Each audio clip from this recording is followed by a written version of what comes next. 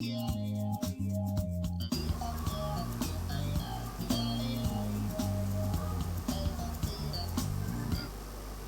right, welcome back. Now, we're looking at this report published by the Council on Foreign Relations and Harvard Kennedy School. Nigeria is at a point of no return, says U.S. It is said that the country is in its last phase. The Council on Foreign Relations, CFRO, and the Harvard Kennedy School in the United States have said that Nigeria as a nation is at a point of no return, having showed all the signs of a failed nation. The report went on to say the organization, which made the disclosure in the research finding, is released through its senior fellow and former U.S. ambassador to Nigeria, John Campbell, and Mr. Robert Rudberg, who is the founding director of Harvard Kennedy School's program on intrastate conflict and President Emeritus World Peace Foundation, said Nigeria is currently in its final phase from which it would eventually collapse. I just pray this doesn't come through. The organization said that their position was not based on emotion or fancy of using pejorative words to describe the situation, but on a body of political theory developed at the turn of this century and elaborated upon case by case ever since. A report said Nigeria has since moved from being a weak state to a fully failed state, having manifested all the signs of a failed country, including the inability of a government to protect citizens, large-scale violence, and festering insurgency. According to them, President Muhammadu Buhari admitting that the federal government has lost control of the situation is the first step towards the restoration of stability in the country. The duo warned that Nigeria's failure as a state comes with a negative consequence for peace and security in West African sub-region as well as Europe and the US. Nigeria has long teetered on the precipice of failure, but now unable to keep its citizens safe and secure. Nigeria has become a fully failed state of critical geopolitical concerns. Its failure matters because the peace and prosperity of Africa and preventing the spread of disorder and militancy around the globe depend on a stronger Nigeria. Its economy is usually estimated to be the African largest to second largest after South Africa, long West Africa hegemon. Nigeria played a positive role in promoting African peace and security. With state failure, it can no longer sustain that vocation, and no replacement is in sight, quite a painful one. Its security challenges are already destabilizing the West African region in the face of resurgent jihadism, making the battles of the Sahel that much more difficult to curtail. And spillover from Nigeria's failures ultimately affect the security of Europe and United States. We'll see how that works out. Indeed, thoughtfully, Nigerians over the past decade have debated over fervently whether their state has failed. That's the debate we'll be having today. As the state actually failed, increasingly, their consensus is that it has. The report published on foreignpolicy.com on Thursday said. The report further says there are four kinds of nation: the strong, the weak, the faith, and the collapse. Please note this down: the strong, the weak, the faith, and the collapse. According to previously published research estimates of the 193 members of the United Nations, 60 or 70 are strong. The nations that rank highest in the listing of Freedom House, the Human Rights Report of the U.S. States Department, and Anti-Corruption Perception Indices of Transparency and International, and so on. There are the three places that should be considered collapse: Somalia, South Sudan, and Yemen. 80 or 90 UN members are weak. Weakness consists of providing many, but not all, of essential public goods, the most important of which are security and safety. If citizens are not secure from harm with national borders, government cannot deliver good governance, the essential services that citizens expect to their constituents. Possibly a dozen or so states have failed. including Democratic Republic of Congo, Central African Republic, and Myanmar, each lacks a security, is unsafe, and has weak rules of law. I'm sure Barrister Henry will be able to talk to us about the rule of law today. And according to the report, the rule of law of this particular aforementioned state is corrupt, limits political participation and voice discriminants within its borders against the various classes and kinds of citizens, and provides educational and medical service sparingly. Most of all, failed states are violent. All failed states harbor some forms of violence, internal thrift, such as civil war or insurgency. Nigeria now confronts 6 or more internal insurrections, and the inability of the Nigerian state to provide peace and stability to its people has tipped hitherto a weak state into failure. According to political history, the government's inability to thwart the Boko Haram insurgency is enough to diagnose Nigeria as a failed state, but there are more symptoms.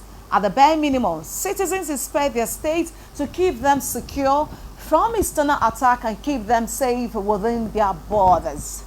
The bargain that subject long ago made with their sovereign was being kept from harm in exchange from allegiance and taxation. When that quid pro breaks down, a state loses its coherence, its social fabric disintegrates, and warring factions subvert the social contract that should provide the fundamental foundation of the state.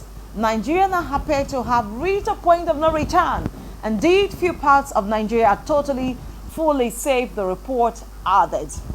The report was published by John Campbell, a former U.S. ambassador to Nigeria. Not ATM, not Flora Duke, not Society Watch. Society Watch is already bringing to bear a report published by John Campbell and Harvard Kennedy School. Now, the big question: is Nigeria a failed state or at the verge of collapsing? And again, looking at the various indices used in qualifying or substantiating this particular report, security paramount and safety of citizens are another paramount key issues. And again, let's leave the others, the economy and of course education, health, which we hope to touch later in the course of the show. But let's look at these two crucial parts. A state that actually that has failed in securing the lives of its citizens, of a state that has Boko Haram insurgent, a state that has the cause for disintegration at the center stage. Is it enough to qualify that state as a failed nation? Now, my guest join me via Zoom. Professor Peter A. Ekunwe is a professor of agricultural economics, University of Port Harcourt. Many thanks for joining us. If you can hear me, Prof.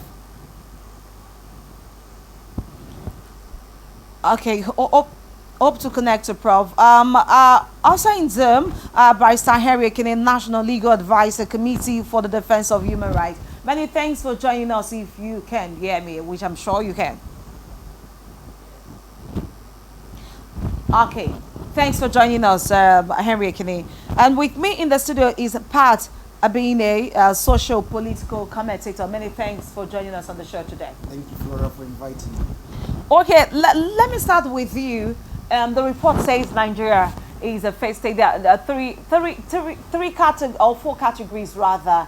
A state go through before it is finally called a failed state: the weak, the weak, the collapse, and again the totally failed state. And one other particular one which I hope to get. Looking at these three, there's 4 key areas. Can we actually say Nigeria is a failed state, or is at the verge of collapsing? Well, first of all, the source of the report also matters. John Campbell has been in the U.S. government since 2004 under George W. Bush up to 2007, and later in 2009, the Obama government reappointed him, and he has been working in the Office of Historian Department of State in the U.S. And don't forget, even before now, the same US had predicted that in view of these expressed fears or this singular factor of a failed state, that Nigeria was going to disintegrate in 2015. That's why it's important to take our minds back to the source of the report so that we consider the seriousness and not to keep living in self-denial. Then going forward, if you want to consider the use of the word failed, in other words, you should ask yourself, what is the opposite of failed? Clearly, everybody will agree it means success. Yeah. So it's another way of saying Nigeria has not been succeeding, or it is not a successful nation or state. And again, the phrase nation, failed nation, is also another way of saying failed leadership, which locally many have come to agree that we have a problem of failed leadership. Not that we don't have the advantages to maintain our position in the Committee of Nations, like the report actually clearly captured that we used to be, the largest economy, if not second to South Africa, and now South Africa absorbs too. That is clearly because South Africa, over the 87 years of apartheid struggle, dwelt on a leadership that would succeed. That is another way of saying to avoid a failed state. Clearly, without mixing words, all of us are witnesses. If you consider recent developments in Nigeria, it points to the claims that it appears to be a failed state. In fact, just I think days ago, we were told how there was invasion from a Cameroon, our sister Cameroon, to a section of this country. And it's shocking that we have a constitutionally elected president. Till this moment, no statement has come from that. The NSAS report, after a year, the Lagos State panel just came up with findings after a year showing how painstaking and the time spent to ensure that they verify all they need to verify. It took the same U.S. official or scribe to visit the president before he could make reference or say something. Ordinarily, that in itself, you will be tempted to conclude that Nigeria truly is a failed state. And let me also remind you, when you say security and safety as indices from that angle, it is difficult to divorce the economy. Let's take security, for example. It talks about life and property.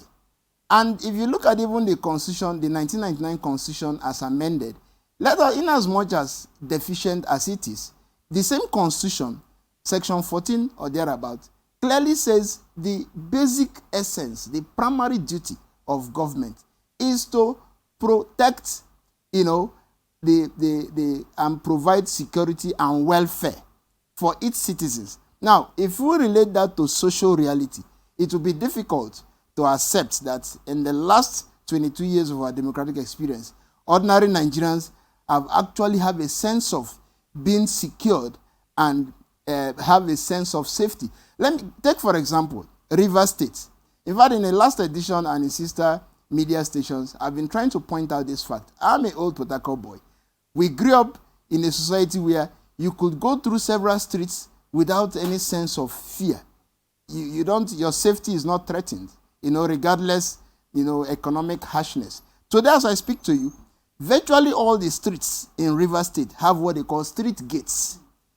And that in itself tells you a society. Like, let me borrow F. Kennedy one time. He said, a free society that cannot protect the many who are poor cannot protect the few who are rich. Now, as we speak, Rivers State, for example, I'm sure that reflects or replicates what you have across Nigeria.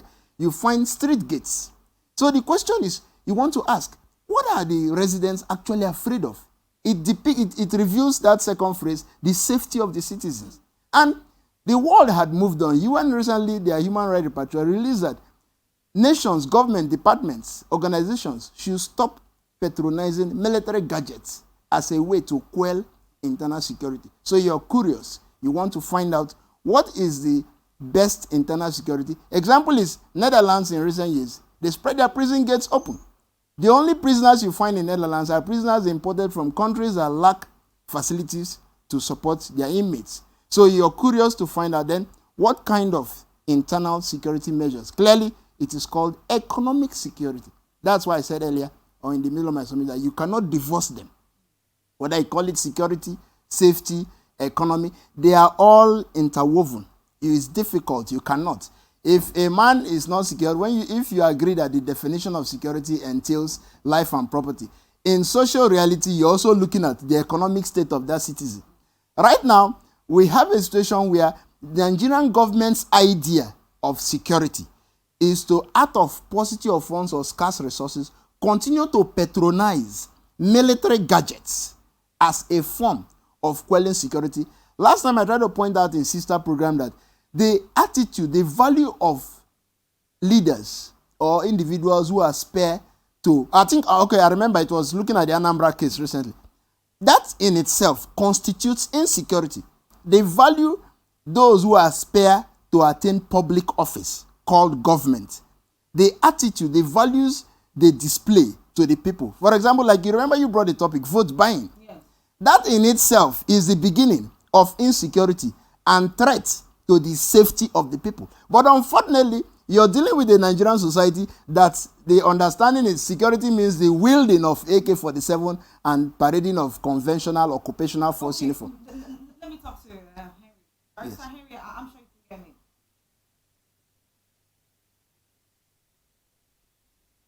Henry, can you hear me?